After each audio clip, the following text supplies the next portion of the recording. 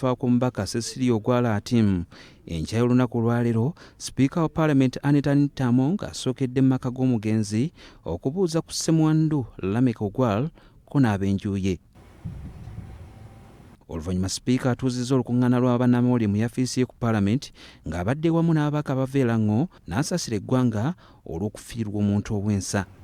I am here with a heavy heart to officially announce to you the untimely and painful demise of Honorable Atim Ogwal Cecilia Barbara.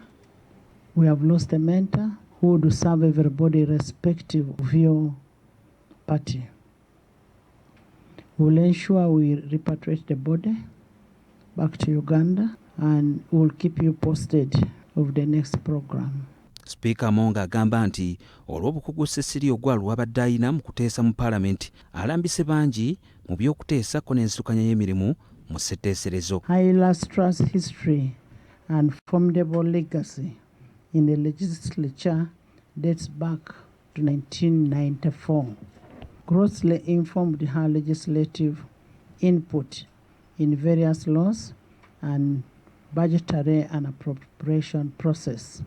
That's why ono agamba nti Ogwalo obadde tomwawula nakulwanira eddembe ly'abakyalako n'abaana ab'obuwala mu ggwanga. Out her distinguished service to legislature, Honorable Tim Cecilia stood for constitutionalism, the rule of law, human rights, equity, and inclusivity.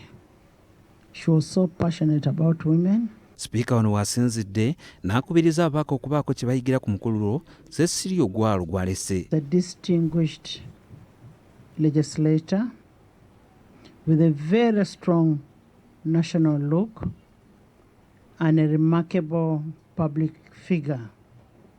She was an inspiration to all of us, the young politicians, and she always advocated for a fair and just society that works for everybody. She always talked for humanity. She legislated for humanity.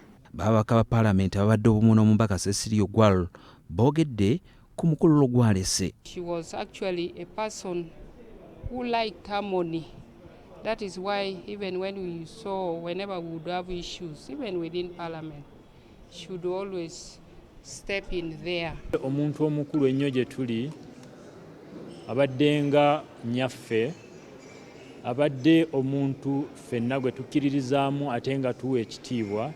Abadde mukyala mugezi nnyo, abadde alemera ku nsonga, abadde mukyala muteesa nnyo. Still celebrate, and her life will not be dead, will still be mentored with all what she was, with her good heart and taking the forefront of seeing a better Uganda, I think. Tukitegeddeko nga baddewo ensisinkano wakati wa Sipiika wa Paalamenti Amutenderezza ssaako n'abamu ku bakulembeze mu ssiga effuze era ng'ekigendererwa kibali kyakutema mpenda ku ngeri ki gye bagenda okukomyawo omulambo gwa Cecilia Ogwal mu ggwanga, okubeerawo n'enteekateeka y'okumusima mu butongole olw'emirimu amatene gy'akoledde eggwanga lye ng'asinza mu lukiiko olukulu lw'eggwanga ssaako n'ebifo eby'enkizo ebirala by'aweerezzaamu eggwanga lino. Joseph Serwoza, BBS Terefayina, Paalamenti. Kale kituufu eggwanga ddyo likeeredde mu kiyongobero oluvannyuma lw'okufuna